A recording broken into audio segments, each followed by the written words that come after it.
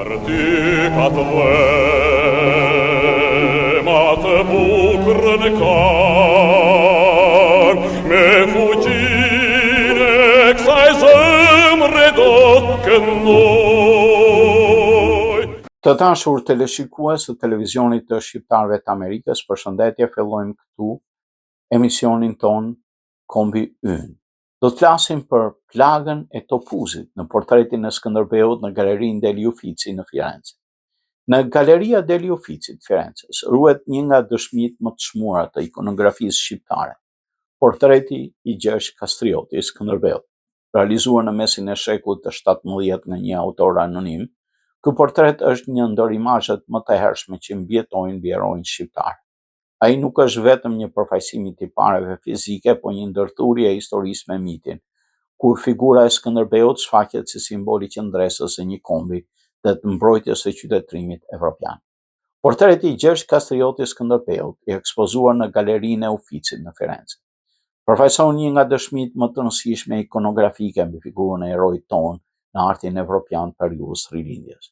I atribuar mjeshtërve të shkollës italiane të shekullit të 16, ky portret nuk është vetëm një vepër arti me vlera estetike, por dhe një burim i çmuar për historinë e imazhit politik dhe kulturor të Skënderbeut.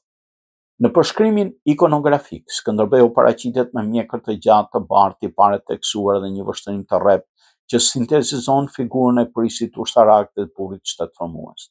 Elementi më karakteristik është përkrenarja në formë brirësh dhije e një objekt që lidhet drejt për drejt me simbolikën e dinastisë Kastrioti dhe vazhdimsinë e traditave të luftarake ilire që nga Pirroja edhe tek Aleksandri i Madh. Ky atribut e ngep portretin nga një paraqitje individuale në një ikonë të qëndrueshme të identitetit kombëtar. Në portretin origjinal të Skënderbeut, të ruajtur në Galerinë Uffizi të Firences, dallohen qartë shenjat e një plagë, një lëndimi nga një topuz mbi syrin e djathtë, një prerje dhe djegje që reflekton kthjellët historinë e betejave që ai përjetoi. Marin Barleti, kronisti i shquar shqiptar, gjithashtu përmend plagën duke vërtetuar atë si një element autentik historik në portretin e vogël figurativ miniatur që shërben si burim ikonografik për pasasit artist. Tiparet e tij janë të ashpra dhe të gdhendura fort, balli i gjerë, sytë e thellë dhe mjeka e rëndë japin portret të pathyeshëm. Në fytyrë bie në sy plaga e dukshme, një vijë që nuk është thjesht element estetik, por një shenjë mbajtur nga beteja. Ajo plasaritja mbi lëkurë është në njëjtën kohë dëshmi e dhimbjes dhe shenjë nderi. Piktori ka ditur të theksojë këtë element duke përdorur dritien në mënyrë mjeshtërore, duke bërë plagën pjesë të pasqyrimit vizual të heroizmit. Vendosja e këtij portreti në Uffizi merr kuptim të veçantë në kontekstin e historisë së marrëdhënieve të Skënderbeut me Italinë e shekullit të 15. Heroi shqiptar mbahet i lidhje të ngushta diplomatike dhe ushtarake me Napolin, Romën dhe Venetikun, duke u perceptuar si aleat i rëndësishëm në qytet-shteteve italiane kundër zgjerimit osman. Në këtë mënyrë, portreti në Uffizi shërben si dëshmi vizuale e përfshirjes së Skënderbeut në hapësirën politike e kulturore të mesdheut perëndimor. Në pikpamje artistike, portreti ndjek konvencionet e portreturës të Renesancës, kur theksi vendoset tek individualizimi i tipareve dhe shprehja psikologjike e subjektit. Realizimi i kujdesshëm i detajeve të fytyrës dhe të kostumit sugjeron një synim për të transmetuar jo vetëm ngjashmërinë fizike, por dhe autoritetin moral dhe heroik të figurës së paraqitur.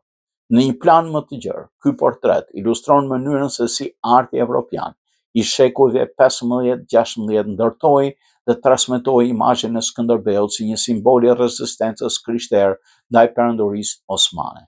Për publikun bashkëkohor, ai mbetet një nga dëshmitë më të fuqishme të vendit që figura e Skënderbeut zënë në ndërgjegjen historike të Evropës dhe një vlerë shtuar për trashëgiminë kulturore të shqiptare.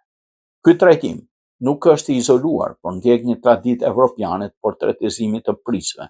Federico da Montefeltro, duki Urbinës, pikturuar nga Piero della Francesca, u paraqit me hunë të shtypur në syrin e humbur, plagë që nuk u fshehën, por u kthyen në simbole të forcës dhe përvojës ushtarake. Në të njëjtën mënyrë, plaga e Skënderbeut nuk e ul figurën, por e rrit në një nivel të ri simbolik, duke e shndruar në dëshmi të kucimit të tij. Gjithashtu, portreti i Skënderbeut lidhet me ikonografinë e kalorsëve të krishterë si Jan Sobieski, mbreti i Polonisë, Janoshi Hunyadi, heroi hungarez që u paraqiten pikturë si mbrojtës të krishtërimit. Edhe pse anonimi i Uficit nuk përdor elementet hapura militare apo sfond betejësh, ai arrin këtë efekt përmes ashpërsisë së fytyrës dhe plagës së dukshme, duke përqendruar gjithçka në shikimin e erojit.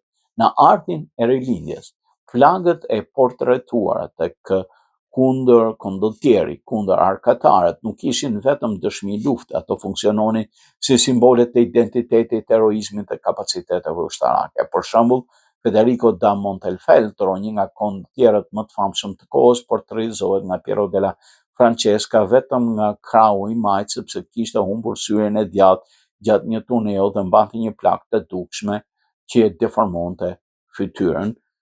Në një strategji të ngjashme, mund të kishte shërbyer në portretin e Skënderbeut edhe shenja e plagës, që jo vetëm e individualizon imazhin, po e bën atë të dallueshëm dhe historik.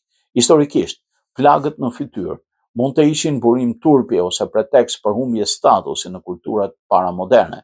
Megjithatë, për figurat e larta ushtarake, si princat, si Skënderbeu, këto lëndime flisnin për identitetin ushtarak, qëndrueshmërinë qytetëruese dhe përkushtimin ndaj kauzës. Duke mos i fshehur ose mohuar plagën, portretet dëshmonin se heroizmi i tyre ishte fituar me gjak dhe jo i trilluar. Portreti i Skënderbeut në Ufici është një dëshmi e vetme dhe rrallë autentike, jo një stigmatizim, po një afirmim i staturës së tij si lider luftarak. Në kontekstin kulturor të rilindjes dhe marrëdhënieve diplomatike me Italinë, ky imazh konsolidon reputacionin e tij si atleta Kristi, një mbrojtës i krishtërimit dhe një pjesë e rëndësishme e koalicionit qytetërimeve të kohës. Në një plan tjetër, portreti i Skënderbeut qëndron pranë portreteve mitizuese të gjeneralëve të lashtësisë, Aleksandrit të Madh, Cezarit apo Hanibalit, të cilët shpesh përshkruhesin me tipare të fuqishme, plaga apo shenja që shndërronin në figura përtej njerëzore. Kështu Skënderbeu paraqitet jo vetëm si princ shqiptar, por si një figurë universale, si pjesë e një galerie heronjsh që historia dhe arti kanë ngjitur në përjetësi. Një element tjetër krahasues është dhe simbolika e Shën Gjergjit Kalorës, mbrojtësit të krishtërimit, i cili në ikonografi paraqitet i plagosur, por triumfues mbi dragonjën e së keqes. Skënderbeu në këtë portret shfaqet si një Shën Gjergj tokësor, i plagosur po i pamposhtur, një shenjtor laik që përfaqëson shpëtimin e një populli nga rreziku i shuarjes. Por cilido që ka kundruar portretin e Skënderbeut në galerinë Uffizi në Firenze, ku drita fiorentina se përplasen mbi këtë portret, gjithsecili mund të ketë parë një shkëlqim të veçantë. Plaka duket si kur rrezaton kujtesën e betejave, të kalit të bardhë që fluturon me fushat e luftës, të flamujve që valviteshin mbi fortesat armërore. Në këtë tablo shikuesi sheh më shumë se një fytyrë plagosur, sheh një testament të gjallë të historisë dhe një figurë që qëndron mes kufirit, realitetit dhe mitit. Kështu, portreti i Skënderbeut në Uffizi nuk është thjesht një objekt arti, është pjesë e një tradite të madhe evropiane ku plagët dhe shenjat nuk fshihen, por kthehen në dëshmi të lavdisë. Ai mund të krahasohet me burrinë e dukëve italian, me pathyeshmërinë e kalorësve të Evropës qendrore, me madhështinë e gjeneralëve të lashtësisë dhe spiritualitetin e Shën Gjergjit. Në këtë ndërthurje, Skënderbeu del si një figurë për masave universale, një heroj i Shqipërisë, por dhe i Evropës. Të dashur teleshikues të televizionit të shqiptarëve të Amerikës, ne këtu i dam fund rubrikës Kombi Ynë. Miru takofshin në emisionet tjerë. Articat